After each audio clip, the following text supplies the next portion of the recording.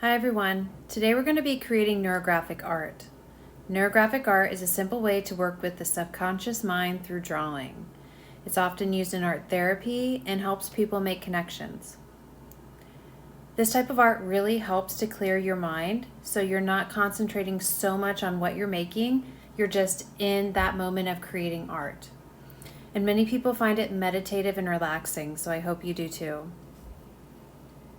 If you would like to do this on paper with a marker and watercolor, you can. There's a video here that you can watch. I am going to show you how to do it digitally today. So first we're going to go to Procreate, and you're going to hit that plus sign in the top right. And you're just going to create a screen size artboard.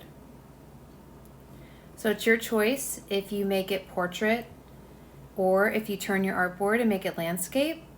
That's completely up to you. I'm just going to leave mine portrait. You want to make your brush color black, and you want to find a nice solid brush. I'm going to use the inking brush syrup for this.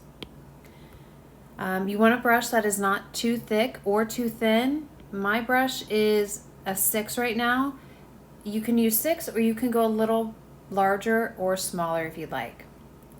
So when you're creating this artwork, you're going to start at any edge of the artboard, and you're just going to let your brush flow to another point off of the artboard. So I'll show you what I mean.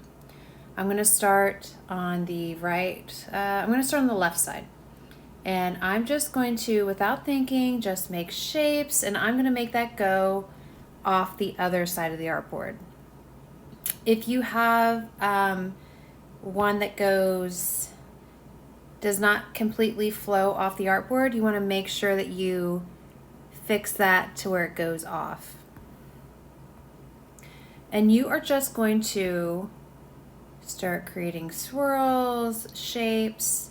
You're not really thinking about the direction you're going, you're just in the moment of creating art.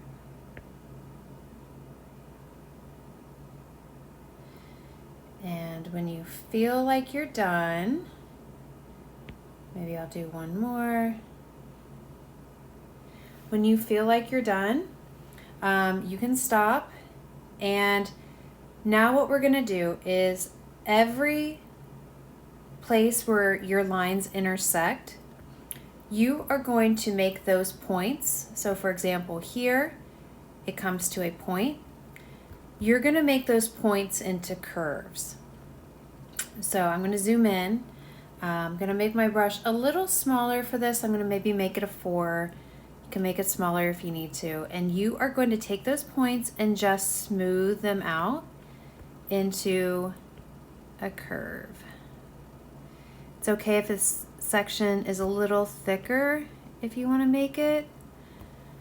I'm going to make this point. So anywhere you see a point, anywhere you see an intersection, that will become a curved area like this. You're just going to fill in each spot. So I'm going to do this one. I'm going to do a few more for you, and then I'm going to speed it up so you don't have to watch me do the entire thing. And once we do this, we'll be ready to color. I'm going to do this. There we go.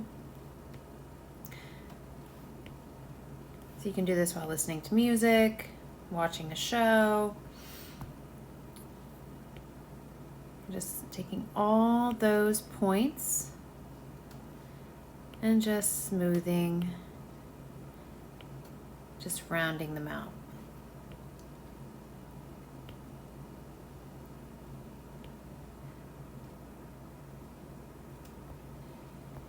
I know it seems like a lot.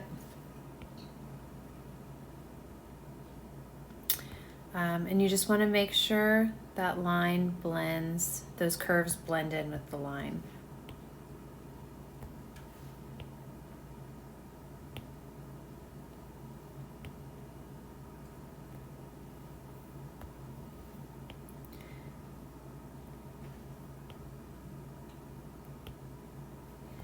So I already have a small section done here. You can start to see what it's supposed to look like. I'm going to do that to all of my intersecting points, and I'm going to speed this part up so you don't have to watch me do it. Once we do all this, we're going to add color.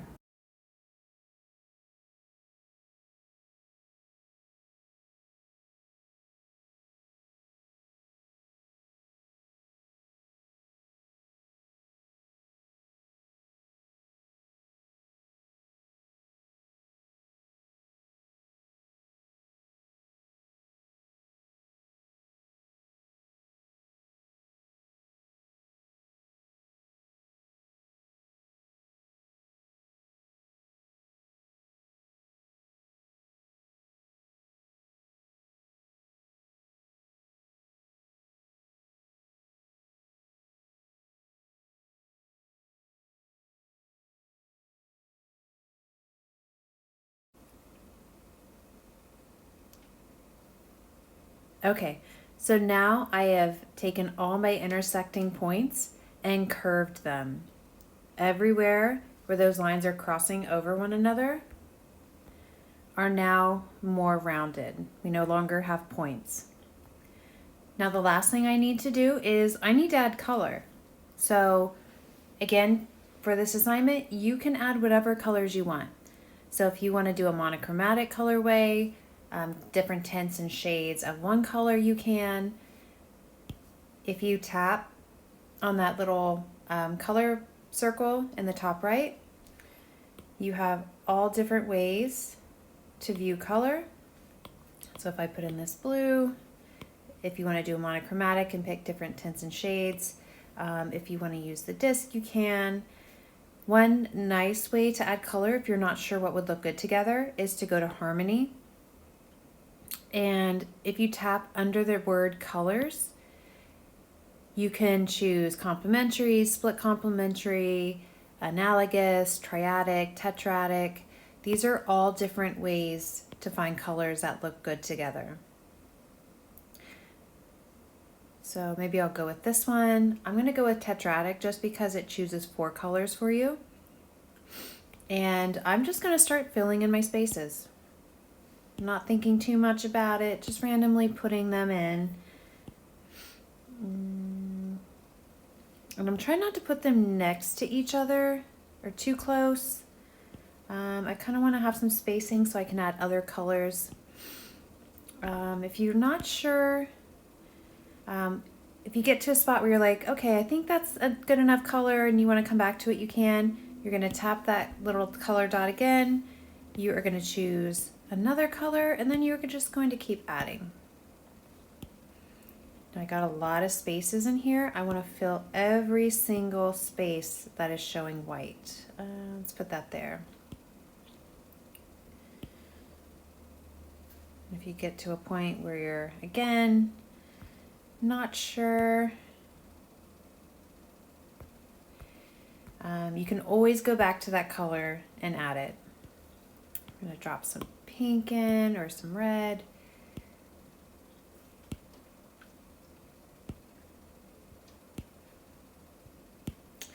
Again, I'm not thinking too much about it. I'm just kind of placing that wherever. As long as a red isn't right next to a red, that's all I'm trying not to do.